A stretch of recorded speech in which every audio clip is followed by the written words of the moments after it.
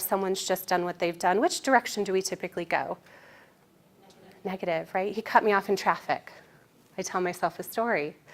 I see someone roll their eyes at me in a meeting. I tell myself a story. Someone looks down at their phone as I'm talking to them at dinner. I tell myself a story. We know it's inaccurate, highly inaccurate, and we know we typically go to the negative. It's part of the fight or flight response. Obviously, that took millions of years to evolve to protect ourselves, and our society has become a much more safe place to live and work in. So really, all I'm asking you to do is rehardwire millions of years of evolution if we want better relationships and less drama, right? No pressure. So what's kind of the theory behind this?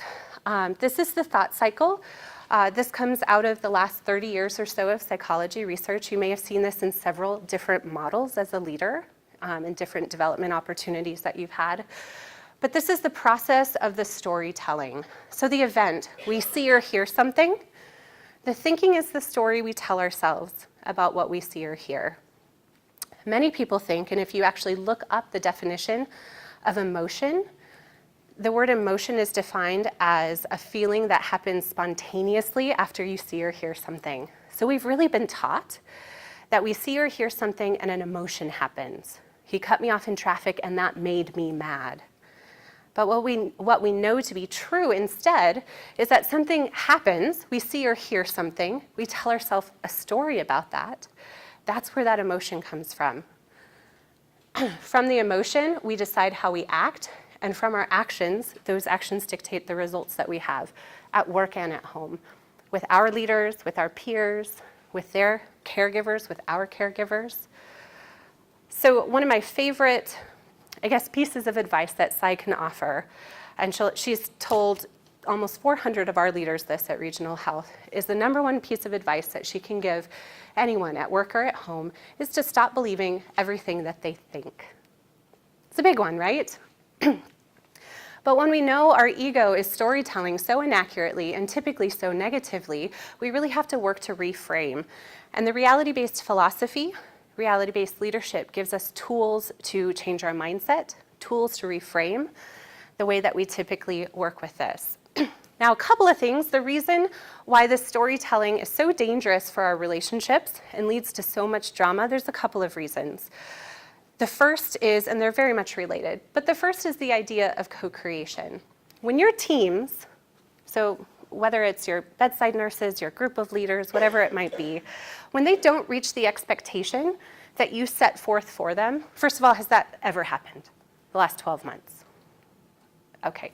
So when they don't reach the expectation that you've laid out for them, what are the reasons, stories, and excuses that they typically give? Or how do they usually communicate once you've said, gosh, this is not what I expected from you? Is it inwardly focused, or is it more outwardly focused? Yeah, I didn't have the time. Can't control that. Didn't have the resources. You cut my budget, right? Couldn't send my people to training. HR cut that budget, right? Had too many people out on vacation, right? You don't know my special circumstances, right? It's very outwardly focused. But what the thought cycle really shows us, and where we really want our caregivers getting to, and first ourselves getting to, is the idea that regardless of our circumstances, we've helped to create that. That's what the philosophy really teaches us. It gives us tools to see that, tools to reflect on that, and tools to make better decisions, knowing that we have a huge part, each one of us, in the circumstances that we live and work in.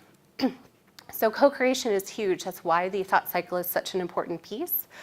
I think the most dangerous piece of storytelling, that thinking piece, stop believing everything that you think, is the idea of once we tell ourselves a story about another person or a situation, our brains naturally work to put blinders on to seek things out to confirm that story. So a great example of this, not in relationships, but how our brains work. Anyone ever bought a new to you car? Yeah. As soon as you get behind the wheel and you start driving that car around town, what do you start to see all over the road? The same car, the same color, didn't exist before you bought your car. Your car was really cool and special, right? Yeah. our brains work to confirm what we're comfortable with. That's why I all of a sudden a year ago started seeing white Subaru Crosstreks everywhere that I looked. Our brains with relationships work very similarly to that. So I'll give you an example most of us can relate to. Who in the room has ever considered their spouse to maybe be inconsiderate? I've been married for 4.5 weeks. We like to say we're like totally crushing it. So we haven't gotten there yet. We've been together for about 8 years. We've been there, just not in marriage yet. So a couple of you, right? Most of us. So once we tell ourselves that story, we see and hear things. A lot of events take place that might get you to the point where you're saying to yourself on maybe a regular basis, gosh, my spouse is so inconsiderate, right? What are some of those things that we can professionally share in this room that would lead you to say that about your spouse? What events do you see or hear?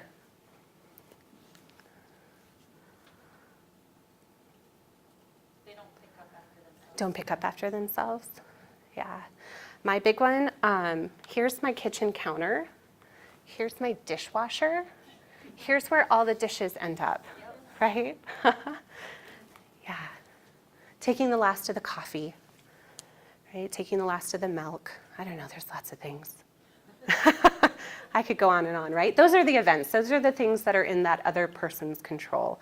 Whatever those things might be for you, the moment that we start to tell ourselves, gosh, my spouse is inconsiderate, our brain works to seek out only things that confirm that story.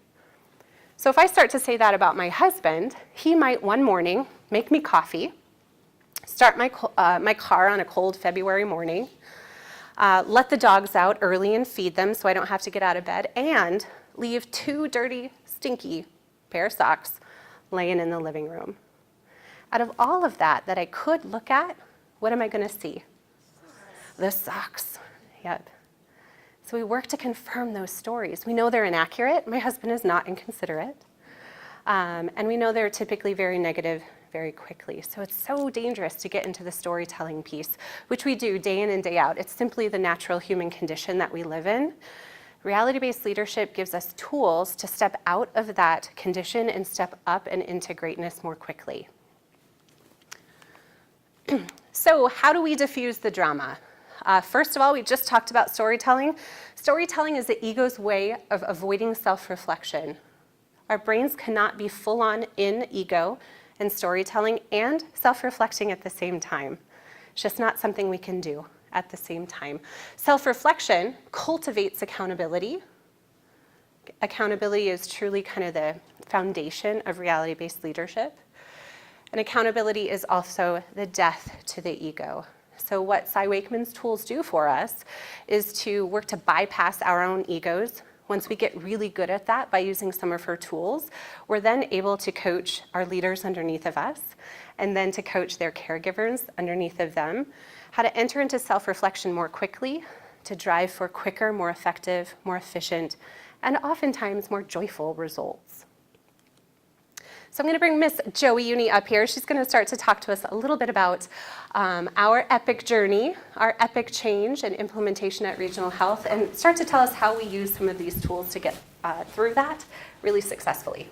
Thanks, Jamie.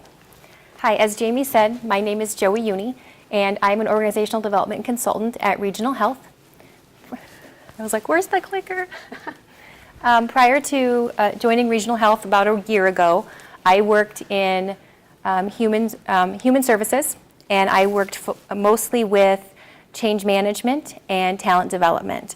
Prior to that, I was a therapist for a short amount of time. So my education is in psychology, and I have a counseling degree as well that I earned in 2004. So my background is a lot of cognitive behavioralism, and if you're familiar with the reality-based philosophy, a lot of that is grounded in that work. So I'm going to tell you a little bit about Regional Health, because I believe when Jamie asked, there wasn't very many hands that went up.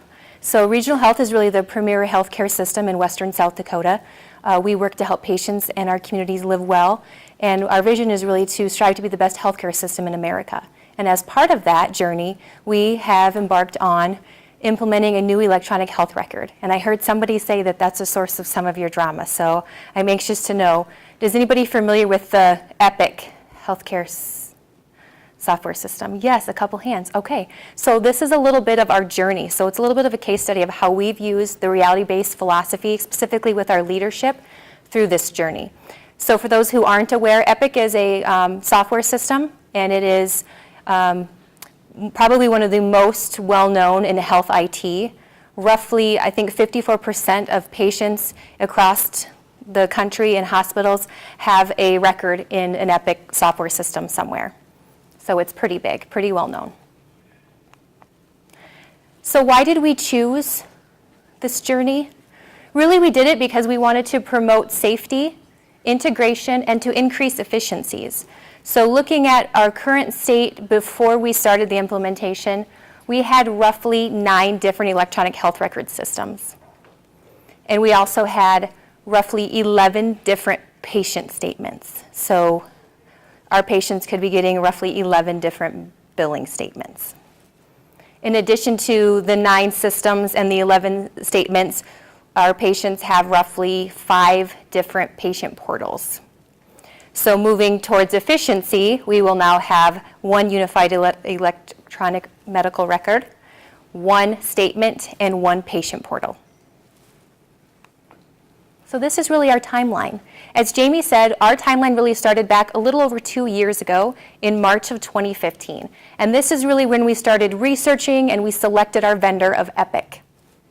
The next step was groundwork, and that's really where we started looking at how are we going to implement this project? Who were going to be the project staff? How would we start training? Because before you work in the system, the Epic system, you've got to pass strenuous assessments, correct? Then we moved into the build, and the build started in June of 2016 and just ended actually in July of 2017. And there we really looked at building our workflows. So what were our workflows going to look like in the Epic system? And that included working with subject matter experts across regional health to identify what that direction would be. And then how would we adopt it? And then most importantly, once it's built, testing it all, right? Because it won't be super effective if it's not built and tested correctly. So right now we're actually moving towards and are in the implementation. So we are very, very close to our go live date of October 22nd.